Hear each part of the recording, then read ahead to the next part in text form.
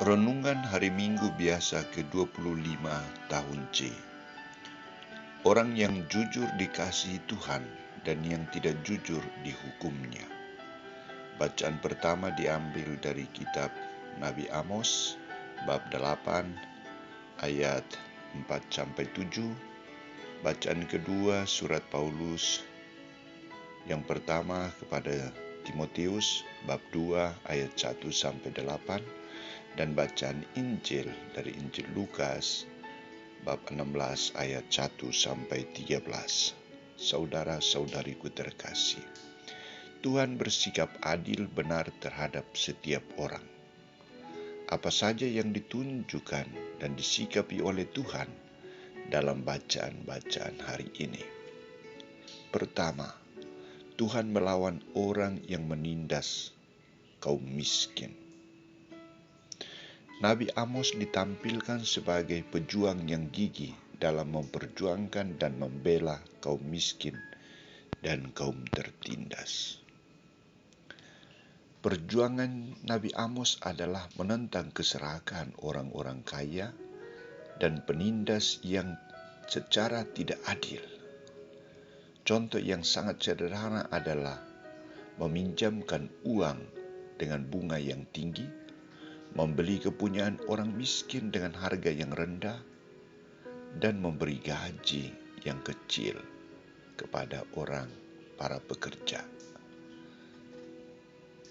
Sikap ini ditentang oleh Nabi Amos. Tuhan memberi balasan kepada manusia seturut perbuatan manusia, seturut perbuatan mereka. Yang benar akan dipujinya, yang salah akan dihukumnya.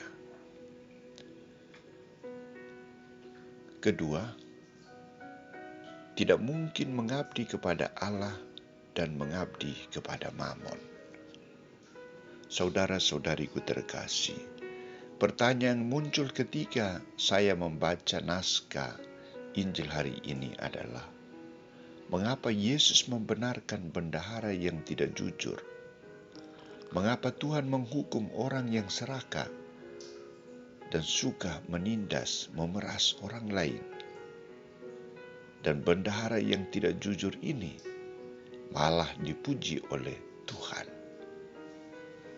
Yesus tidak berpikir untuk menghukum tindakan curang dari sang bendahara, tetapi fokus perhatian Yesus adalah pada kecerdikan sang bendahara dalam mempersiapkan masa depannya. Dalam situasi sulit itu, sang bendahara menemukan jalan yang dapat menyelamatkan dirinya dan keluarganya.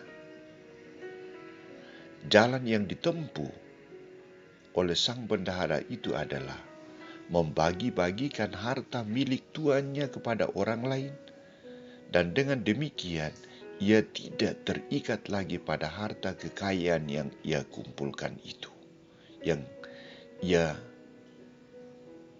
jaga, yang dipercayakan tuannya kepadanya. Dengan cara ini ia melepaskan keterikatannya dengan harta dan mulai mengabdikan dirinya pada hal yang nilainya lebih penting, nilainya lebih tinggi dan bisa menyelamatkannya, yakni persahabatan dan sikap saling menghargai serta berbagi dengan orang lain.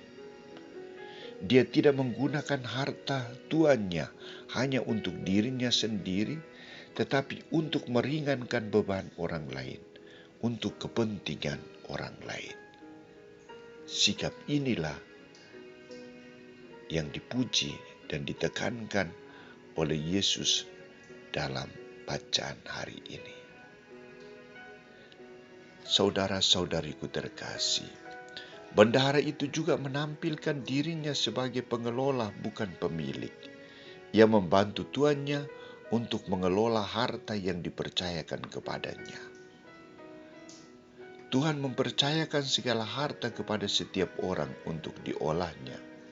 Kita bukanlah pemilik, melainkan pengelola atas kekayaan yang dipercayakan Tuhan kepada kita. Kita mengelolanya untuk kebaikan kita dan kebaikan orang lain. Memiliki banyak harta bukanlah hal yang jelek sepanjang kita mempergunakannya sebagai sarana untuk mempermudah hubungan kita dengan Allah dan hubungan kita dengan orang lain. Nilai harta kehilangan artinya bila dipergunakan untuk kejahatan terhadap sesama. Uang tidak menjamin manusia untuk memperoleh hidup yang kekal dan tidak membuat orang bahagia dan besar di mata Allah bila uang itu salah digunakan. Dalam artian ini, maka cukup mudah mengartikan petunjuk yang disampaikan oleh Yesus. Sulit mengabdi kepada Tuhan dan juga mengabdi kepada mamon, uang atau kekayaan. Mengapa? Karena mengabdi kepada mamon berarti orang selalu hanya mengumpulkan harta untuk dirinya. Sedangkan mengabdi kepada Tuhan artinya orang memberikan dirinya seutuhnya untuk pelayanan terhadap Tuhan dan sesama. Jadi arah yang disampaikan oleh Yesus sangat jelas. Ia mengharapkan agar orang sungguh-sungguh hanya memfokuskan dirinya pada satu, entah pada mamon atau entah kepada Tuhan. Kedua hal ini tidak bisa didamaikan. Karena itu, kita diminta untuk menentukan pilihan, mau mengabdi kepada Allah atau mau mengabdi kepada mamon.